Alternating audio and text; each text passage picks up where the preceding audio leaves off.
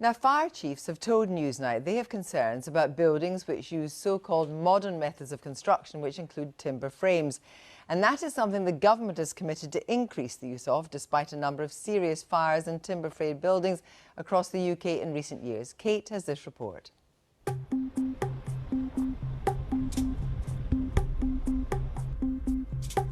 More affordable homes are a goal for all the major political parties. And in the rush to build, companies are turning to new methods of construction to make things happen cheaply and quickly. Sections are often constructed off-site in factories before being pieced together. The National Fire Chiefs Council, though, are now warning housing supply shouldn't be prioritised at the expense of safety. I think our concerns are that we've got a building safety regime that's been acknowledged as not being fit for purpose, and yet we're still seeing that same regime being used to approve buildings using modern methods of construction. These are methods that wouldn't have been included in the original way that those regulations were designed. These buildings are produced off-site generally, they are produced really quickly and they're finished really quickly. So we are seeing buildings being added to the built environment today that haven't been subject to robust testing and knowledge and competencies of the people on the ground, both off-site and on-site, to install and manage those buildings. One common example of this new way of doing things is timber-framed buildings. Just under a quarter of new builds in England and 75% in Scotland are timber-framed. They're hailed as a more sustainable approach, but timber frames haven't been without safety concerns. Since 2008, there have been a series of serious fires in timber-framed properties across the UK, including earlier this year at this block in Deptford. Now, while even treated timber is combustible to some extent, the bigger issue is that if you take a timber frame and then you put boards on either side to make a wall, then you've created this cavity. And if it's not properly protected, flames can spread through this gap quickly and in a way that's difficult to access. That is what's thought to have happened here, severely damaging the roof and walls. In 2019, firefighters were called to Richmond House in London. Just over half an hour later, the fire covered half of the four-storey block. Reports highlighted poorly fitted cavity barriers allowed flames to spread within the external walls. Weeks earlier, there was a fire at another timber-framed building, Beechmere Care Home in Crewe. Nothing could have prepared me for what I saw. It was literally a towering inferno. The firefighters that I spoke to, they were saying there's nothing they can do. There wasn't sufficient cavity breaks to stop the fire. Investigations are ongoing. The building was almost completely destroyed. One resident asked Sally to go back in and get her father's RAF cap, which had been saved in a bedside drawer. I didn't have the words. I mean, how can you explain? No, it's not that the cap might be a bit damaged or your bedroom suffered some damage. Her bedroom wasn't there. Beechmere was not there. Despite the apparent risks, though, the government have committed to a 25-year plan to increase the use of timber in construction. That's perhaps not surprising if we remember timber frames could be one solution to the widely recognised need for affordable, sustainable homes. Safety, though, might be at the top of many homeowners' minds. Through a Freedom of Information request, we asked DEFRA to show us the impact assessment for this plan. We were told they didn't undertake one, although they may consider further evidence in the future. The industry body, the Structural Timber Association, says a significant amount of product testing has already been undertaken to ensure the material can be used safely, and they and others will carry out more whenever required. The National Fire Chiefs Council is urging the government to update building regulation guidance to reflect these modern methods of construction. There are some good practices out there, we're not blind to that. What we want to see is consistency across the piece, consistency in terms of the testing regimes, the materials used, the knowledge of the individuals designing those, and equally the competence of people that are both putting those things together and installing them on site. All fires are rare, significant fires are rarer, but those who've experienced the consequences of a timber-framed fire hold doubts about what future these buildings should have. Kate Lamble. Well, the Department for Levelling Up Housing and Communities told us they strongly reject any idea the regulatory regime is currently not fit for purpose. They said they remain absolutely committed to increasing the supply of housing, but this cannot be at the expense of safety, and they continue to keep regulations under review. Well, I'm joined now in the studio by fire safety campaigner Jennifer Frame. She's a former resident of Richmond House, the block of flats mentioned in Kate's report, which was destroyed in a fire 3 years ago. And also joining me, Jim Glockling from the Fire Protection Association. Thank you both very much for coming in. Jennifer, first of all, you lived in Richmond House. What was the most shocking thing about the fire? I think just the rapid spread. So the fact that fire is meant to be contained, we have this idea of stay put, that fire should be contained within one compartment long enough for it to be dealt with, but that it ripped through the whole building so quickly that within 10 minutes when the firefighters first arrived, it already spread to all 4 floors. And I think if anyone had stayed put... Within 10 minutes? Yes, it was already all 4 floors were ablaze and the roof.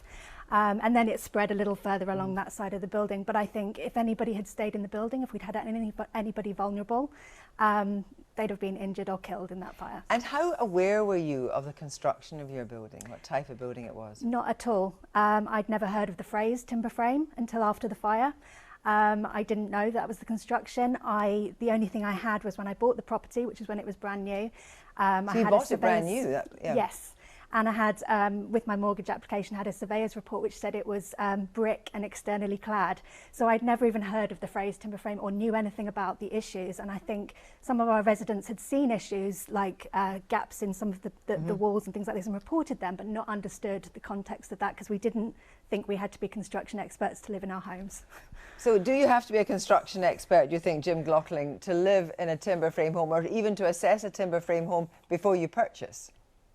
Well, certainly identification of building type is becoming increasingly difficult because at the end of the day, most buildings are really dressed up to look like brick, but actually the brick that you see on the external may just be a 1/4 of an inch thick brick slip, covering up a myriad of construction forms inside.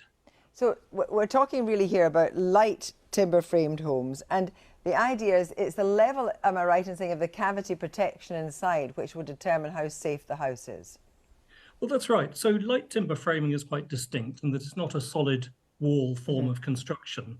So there are cavities, and actually the protection afforded to the occupants are really the layers of plasterboard that encase those cavities. So the cavity barriers, these are closures inside which are designed to prevent the spread of flame within voids, really are fundamental to the safety of that building. But Jennifer, I mean, had you decided that you were going to perhaps, you know, put in some new plugs or put a television on your wall or something like that, you would have inadvertently been adding to the risk. Had you any idea, obviously not, that you would ever add to the risk of your house going up in flames? I mean, technically, people should have asked the freeholder in order to get permission for that, but I don't think anyone would have understood the consequence of that. And I think the issue is cavity barriers have been proven to be a national systemic issue, that the poor quality of fitting cavity barriers, and in this kind of building, it has more of an impact on a timber frame building if that's missing. So do you think there should be a much more of a prioritisation? Because we now know, of course, that you know, timber-framed homes are kind of the way ahead, 25% in England, 75% in Scotland. That actually there should be a proper, almost like a risk paper given to everybody. Well, I think there's 2 things there. There's one that the government actually put out a risk prioritisation tool earlier this year, which was supposed to be a sophisticated matrix to, out of the thousands of homes, be able to prioritise which ones are higher risk. And timber frame or the structure of a building was not even a question on the form. So it wasn't just minimised or treated as something small, it was not even a question.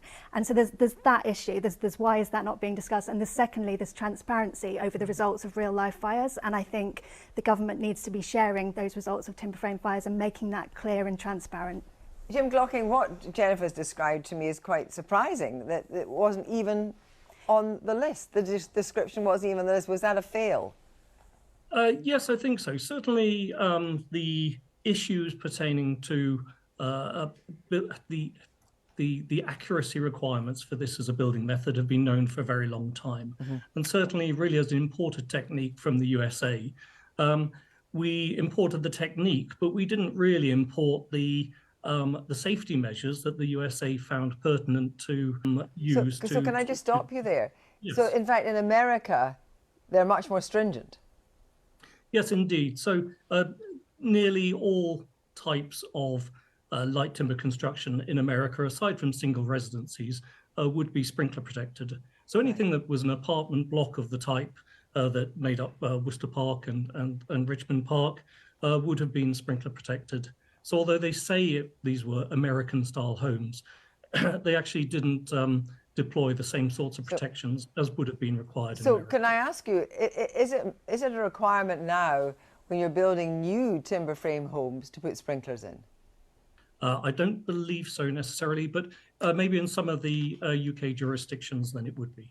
But in your view, would it be wise? Well, I think it's certainly wise, but really sprinkler protection doesn't really get round the challenges of inappropriately constructed buildings and missing cavity barriers. Obviously, sprinklers can only act in the occupied spaces. They can't make up for any shortfalls within the cavity. Buildings need to be put together properly in the first place for the other protection systems to function correctly. Well, Jennifer, Richmond House has been rebuilt. Yes. And you have the option of going back there. What are all your considerations?